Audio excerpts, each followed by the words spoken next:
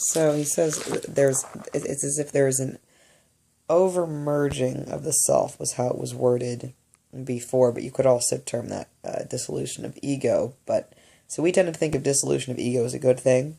With them, he explained it's truly an over-merging of the self, overlapping with others too far of an extreme, to where they can be, given down a series of commands and will end up following them like computers, because they're so dissociated, similar to reptilian control, but done in a far more sophisticated fashion with them because of the extent of their types of abilities.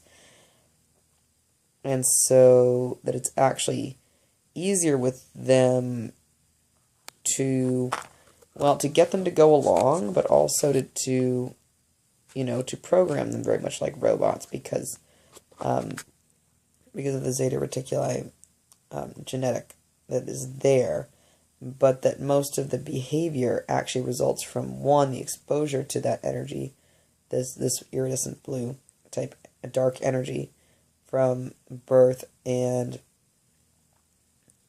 then also with the Yahyel, the different means of torment that they're subject to at the same time as being exposed to the energy. And one of the things that he actually brought up to compare how this was magnetic to me, he said, well, you remember, how we were attempting to possess you. You figured out very quickly what we were actually doing. That we were trying to change the light-dark balance magnetic in your body. We were trying to make you literally negative along a polar kind of scale. We were trying to cause you to become negative, how you would go outside and your skin would start to feel like it was burning in the light. And I actually thought of it, oh my gosh, it's like am I becoming a vampire here? But I understood that it was deliberate kind of manipulation to get me to want to become some kind of dark entity sort of thing. And because I recognized it for what it was, I thought, well, you know what, I don't care what's happening. I'm going to sit through this. I understand that this is being artificially done to me, and I'm not this way, and and the polarity is going to change back to positive. And that is actually what happened.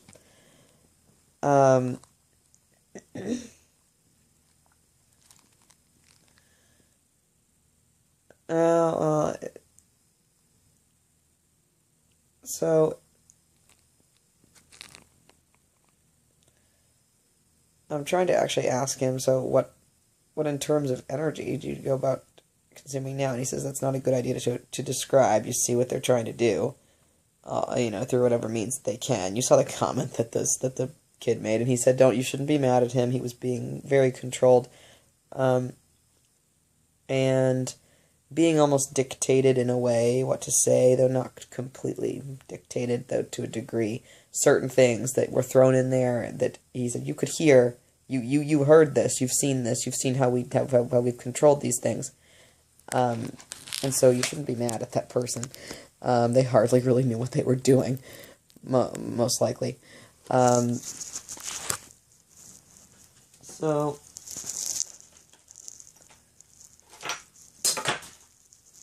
he is rather, interested in helping others that are like himself, but he says they are very, very few and far between. So that, but I know of them existing before, because I swear I've heard Alex Collier say he talked with someone that was pastel green, and like this. Or it was asked, were they gray, and he said no, actually they were pastel green. So this is not the first time this sort of thing has taken place, but it's something that is clearly rather difficult for them to do, though if they're doing something stupid, despite having left the frickin' program. It can be difficult to cope with them at times. But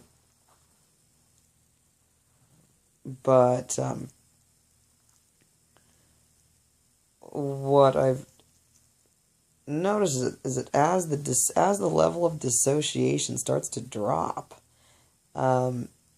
this particular Yahyel is very contemplative and reflective, and very much a deep kind of thinker who has wanted to know about these things for perhaps his entire life, in the body that he's been in, who has wanted to attempt to figure out this problem, figure out who he is. There's also a question of what exactly is their soul, and it's almost as if he does not know the answer to that question.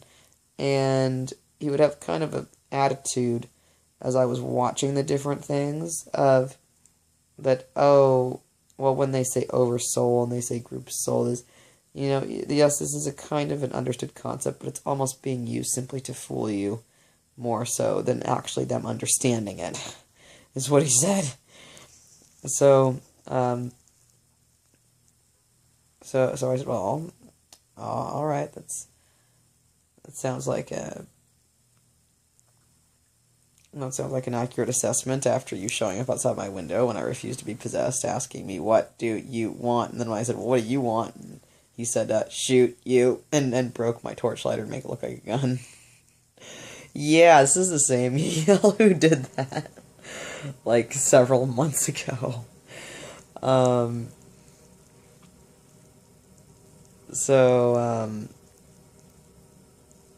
Fortunately, it seems like they realized, after I broke out of so many things and so much of their math was wrong, something I was saying had to be right.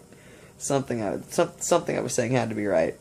And now, I'm not going to mention that, but there was something to do with particular light energy that he was rather obsessed with before this, and I kept saying, that's wrong, that's not it, that is not it. And every time I would go off on a thought pattern that would be thinking to myself, and he keeps on thinking that it's this, but it's not that. We're talking about divine life force, and not something that you could consider, another word that could be comparable to sort of describe this light blue iridescent energy.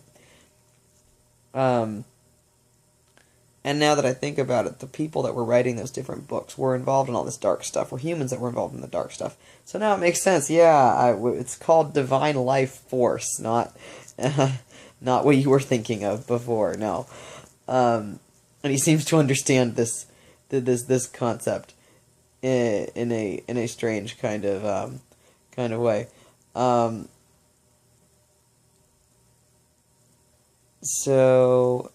right, is there things you would like people to know, maybe?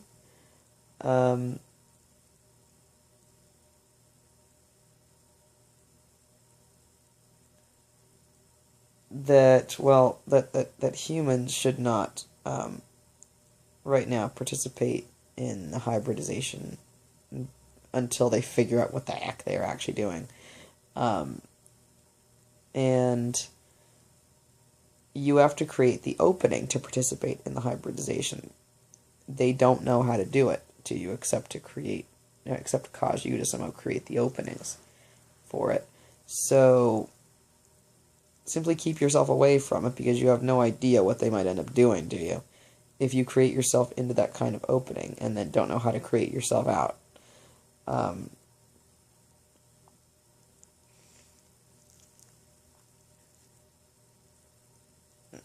He thinks that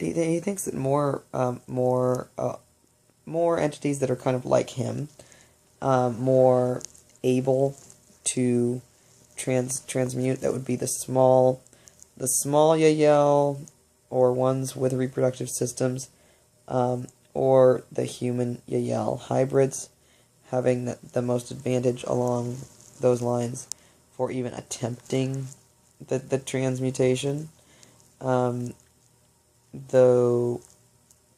he says it's quite difficult with the blue energy concept. which is why he wanted to be able to explain it to me. And then if you've been wondering why did my eyes glow an artificial blue color, why did you see me as a blue outline sometimes in your hallway, why is that? This is why.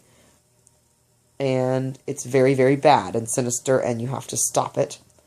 You have to create your way over it, and you're doing a very good job doing that.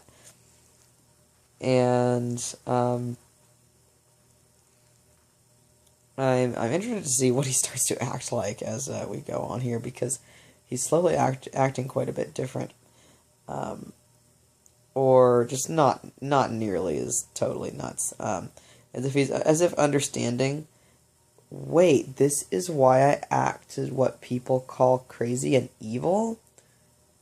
This is what these concepts mean to them, but what is better to explain what works and what does not work? And the concept also, they understand the relativity of what energy they consume. It's becomes a matter of, what energy do you end up wanting to consume, but more so, what energy works to consume.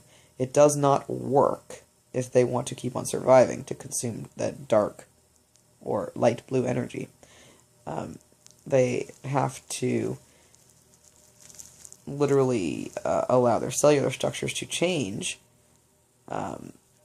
with the Yahyel and the human hybrids having an advantage, because the human genome, when activated at a quantum level, can start to repair these problems, and it activates in tandem with how you feel, and they will often feel a bunch of things at once, feel what would be considered an incorrect emotion in a certain circumstance, or some other result of the backwards programming of their emotional guidance system. Their emotional guidance systems are totally screwed up to prevent them from getting away from the darker energy. So once their emotional guidance system begins to realign itself with creation, that's where they start to snap out of it a little bit and stop acting totally bizarre, or on the evil side, or on the kind of crazy, hyped up kid side. Although there are other entertaining like that, but I know I would definitely prefer seeing the ones that I've helped free end up being successful with this, and it seems like he does need help with the ideas, that he's able to figure it out, but that's really that it seems like that my thinking about it, thinking along those lines, actually really helps him create the thought process required for continued transmutation, for continued growth. So this was basically what he wanted to say back to the video, with the channeling, with the Yahyel, with the Latvian guy. And that is what the blue energy is. It's very, very bad to get it away from you. It's very, very dark. It's very what you'd call evil as a human. And that he is having to. That's what it was when I saw the color shorting out or short-circuiting in the eyes, the blue glow, and becoming more like childlike human eyes, or appearing more like how they had before, which would be more like human eyes, and that it was continuing to run off of this dark energy. If you're still running off of this dark energy, then that makes you act all nutsoid and dark. So he says it's quite good that I understand the concept, and so hopefully now some more people will understand it, and hopefully we'll be able to go about progressing.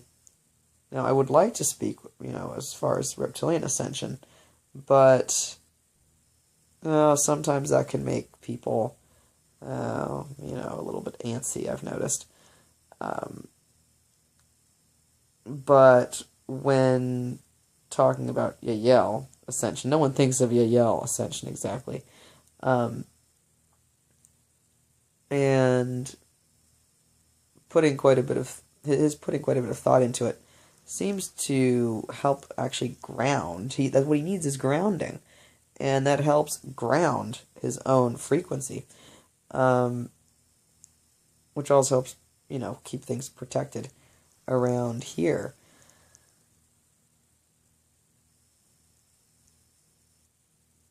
Now, hopefully, later along the lines, I'll be able to speak more about the reptilian ascension because they actually have an easier time with this than the Yahyel do. They're only a very, very, very small amount of Yahyel that are able to do what this particular Yahyel is doing. And once again, I would say a name, but I don't know the name because he will not tell me the name because he says that in your unshielded type of state most of the time, it's literally too dangerous for you to know it because then that could be used against me to try and somehow drag me back there. And he very much does not want to go back, which I think is a good thing. And who knows, maybe he'll end up being Yoda, because Metatron channeled the Star Wars. Metatron channeled the Star Wars. He doesn't say that anymore, but that was like what he was saying like the first day. Metatron channeled the Star Wars. Yeah, okay, and you're Yoda? I don't know. Maybe. That'd be cool. But there are like several of the like green, Yahyel. But then again, if we go back in the earlier Star Wars, later ones that are technically the earlier ones, there's more than one of the actual Yoda characters, but you have to really pay attention to see them. There just aren't very many of them. There are like almost none of them. So I wouldn't be surprised. It seems like there are almost none of them that really want to attempt to do this because it's freaking hard. And he says he had a bit of an advantage because he felt very different from his race, besides from just feeling different, because they all feel different. He felt specifically different from his race in different ways, or in understanding different things that they seemed to not understand, or things that were religious that they would not be attracted towards at all, where he would be attracted to religious things. So that concludes something of a response on that note. And so I will see you next time with Arcturian Philosophy. Blessings.